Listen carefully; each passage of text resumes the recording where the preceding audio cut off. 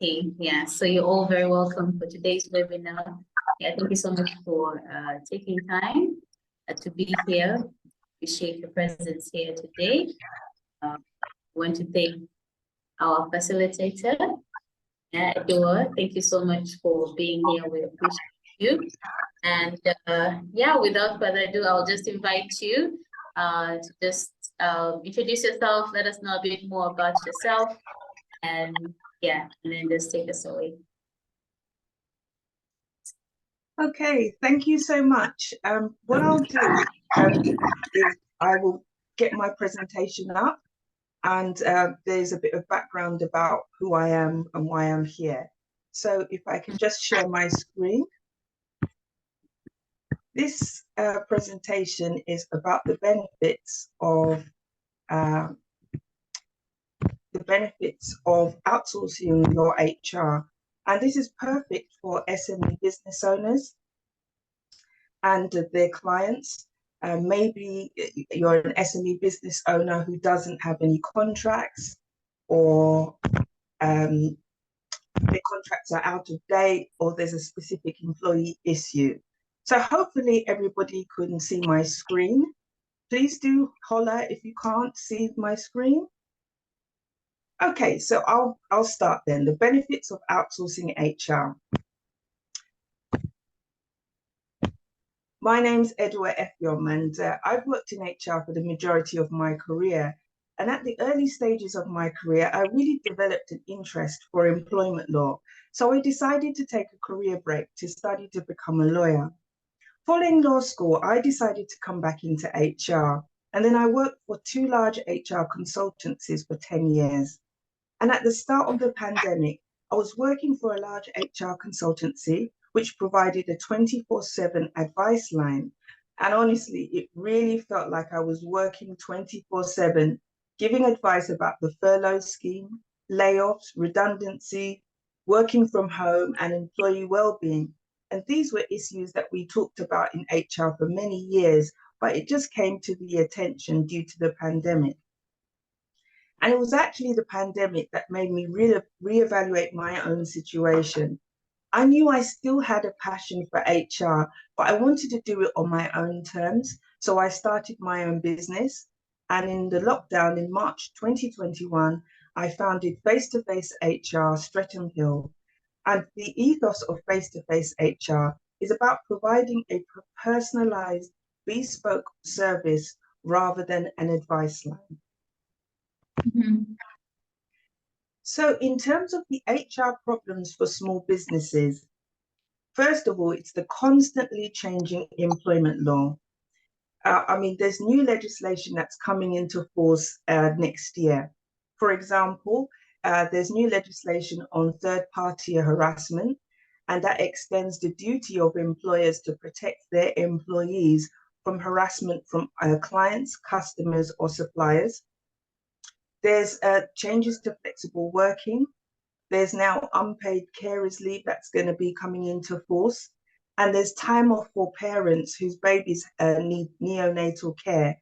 And this is all coming in the spring of 2024. So are any of you aware of this? So another problem, another issue that small businesses can have is that if one or more employees is causing a problem, it has a greater impact on the small business. For example, if an employee is absent, there's less people to cover. You might have an issue such as somebody being late, which could be critical if you are providing a service which has to be timely, or somebody who's just underperforming.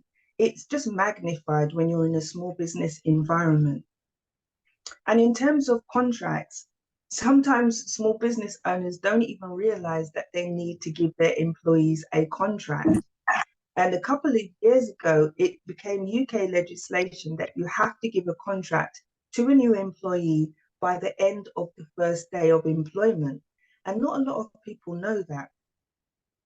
And also, sometimes if contracts are out of date as well, in the last 5 years or so, there are new things that have to be included in a contract. For example, there's data protection legislation that's come in. That means that you have to give an employee privacy notice. You have to state what training that the employee is going to have, and that's contained in the contract. And also statutory leave that is available to employees. For example, maternity leave or paternity leave. That now has to be included in the contract. Another problem for a small business to deal with from the HR point of view, if there's an emergency issue that comes up. For example, if an employee just doesn't turn up for work, they go AWOL, what do you do then?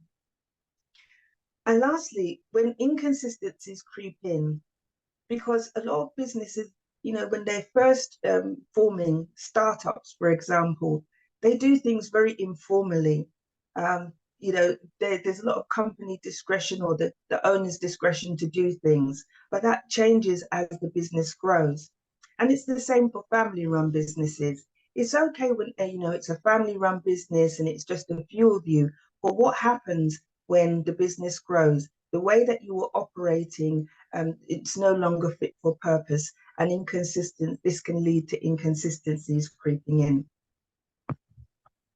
So now I've told you the problems. What are the possible solutions? Well, you could find online resources. There are subscriptions that you can get which give you templates, but you don't have any guidance with that. So you don't really know what you're getting. And of course, AI, ChatGPT, everybody's talking about it. People feel that they can use ChatGPT to draft a contract. But I'll tell you about the problems with that a bit later on. You can go to a legal helpline. You might get that with a professional body or a networking group. And then there's a friend of a friend. Everybody knows someone who does HR. And there's lots of problems that could come with that as well. Or an alternative for a small business owner, they can go to the big outsourced HR providers. And I know all about that because I've worked for some of them.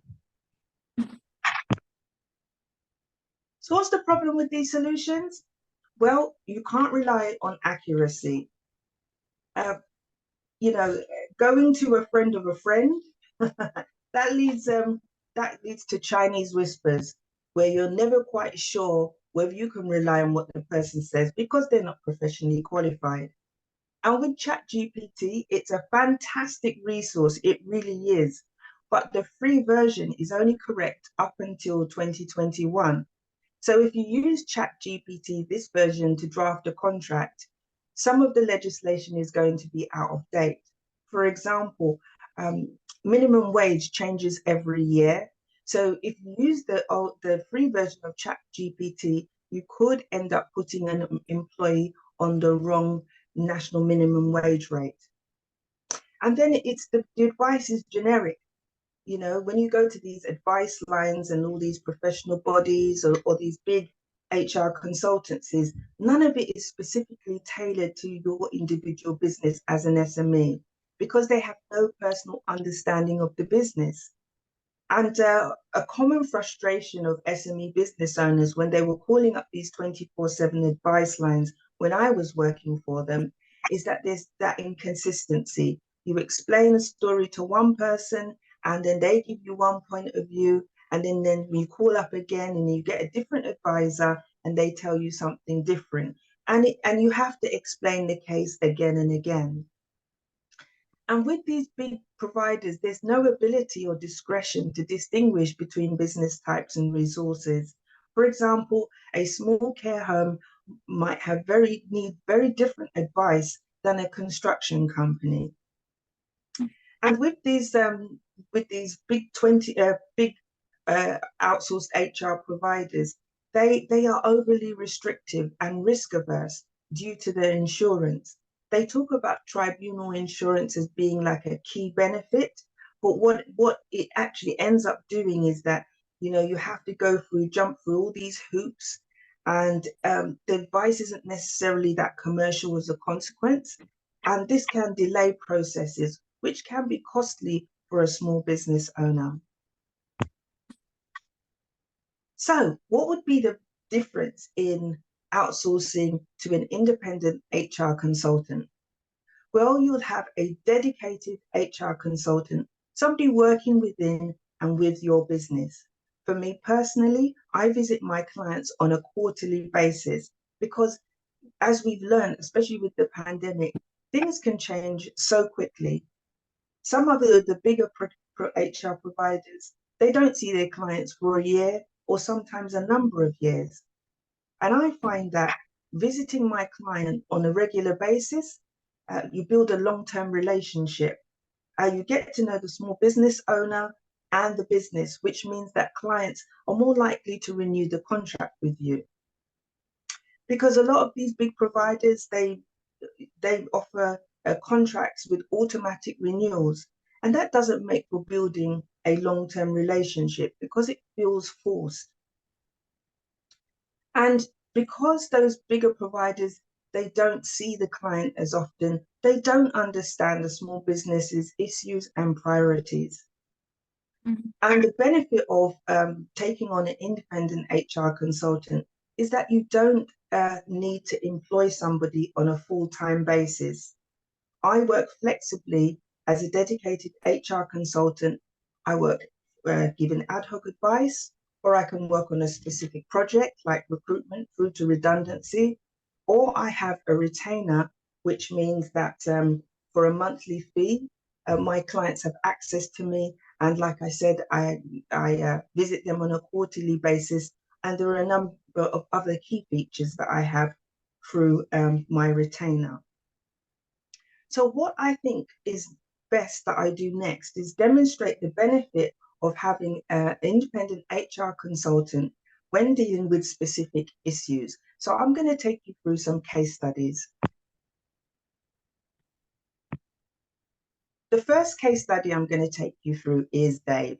Dave owns a business, and the part office, part manual workers, it's rapidly growing. And there's very relaxed kind of atmosphere because he's an easygoing type of business owner.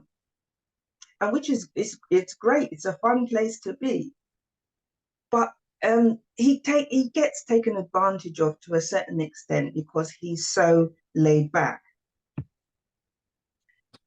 And in terms of his documentation, well, I think he's in a place now where he wants to remove the personal aspect of things. He wants the decisions to be in black and white, because there are sort of sloppy practices and inconsistencies that are happening as the business grows. And he's starting to feel out of control. And I know he has the desire to set out standards and expectations, and he's going to need his documentation in to do that, just to put his foot down. So in terms of his documentation, it will enable him, if he has it all written down, for instance, contracts and handbooks with all the rules in there, it will remove the personal aspect from decision making.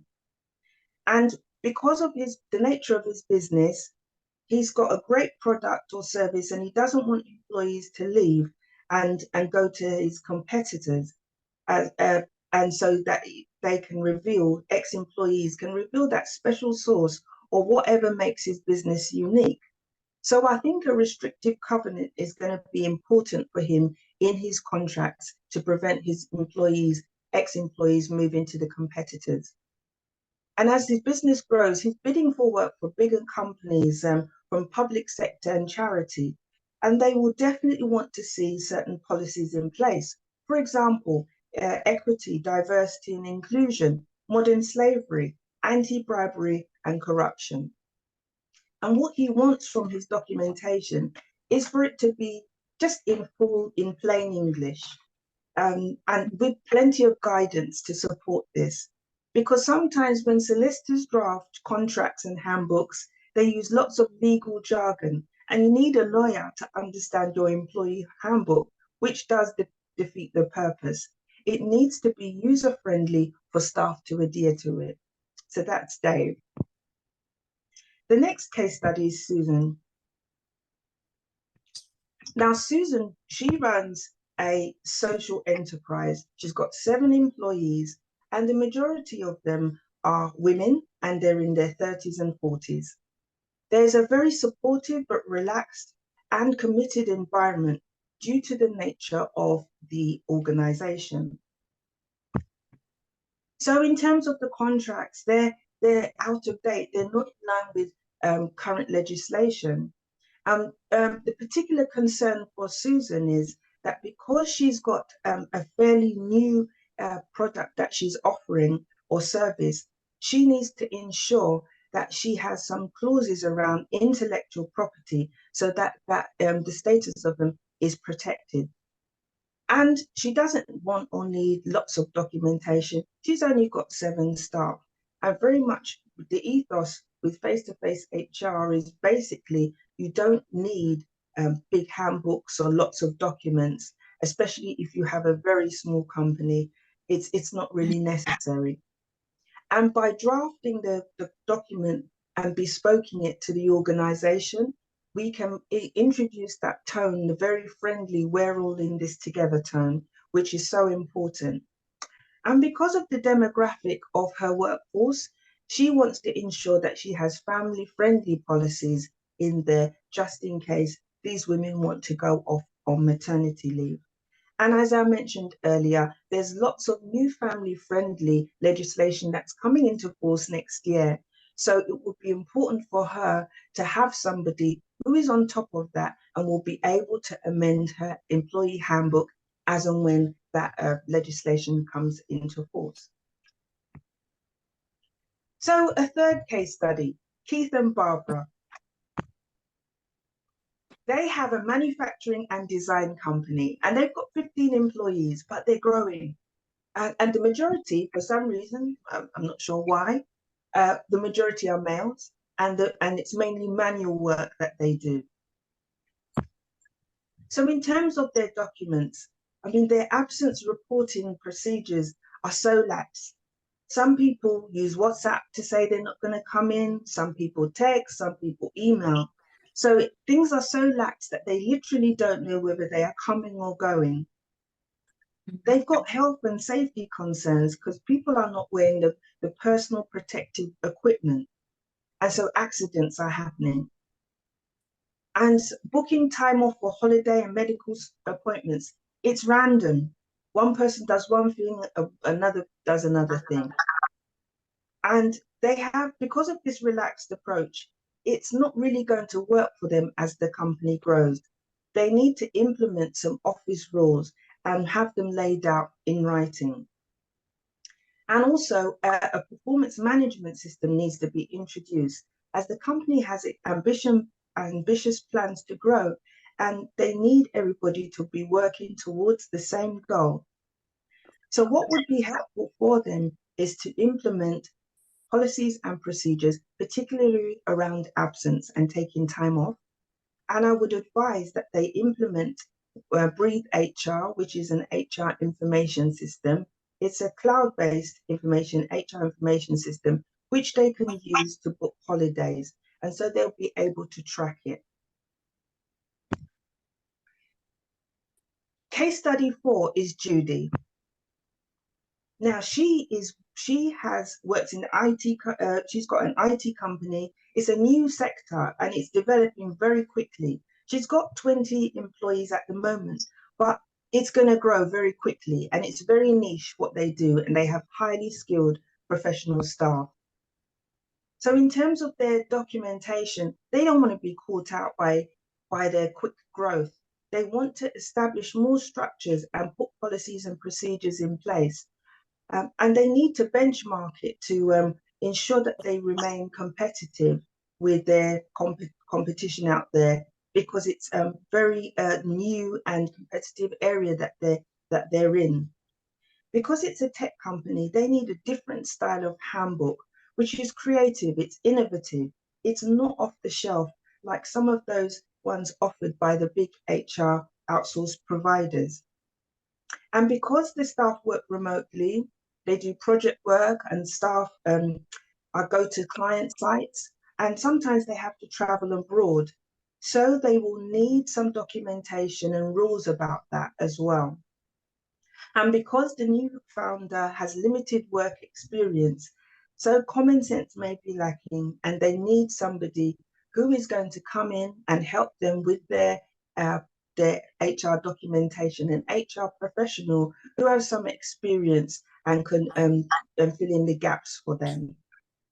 And what's so important about getting the right documentation when you've got a new and emerging company is that the cost of having an HR issue, it can close the business before it's even got off the ground and or cause reputational damage. So that's why it's going to be so important that they get an independent HR consultant in to help them with drafting their documentation. Now moving on to case study 5.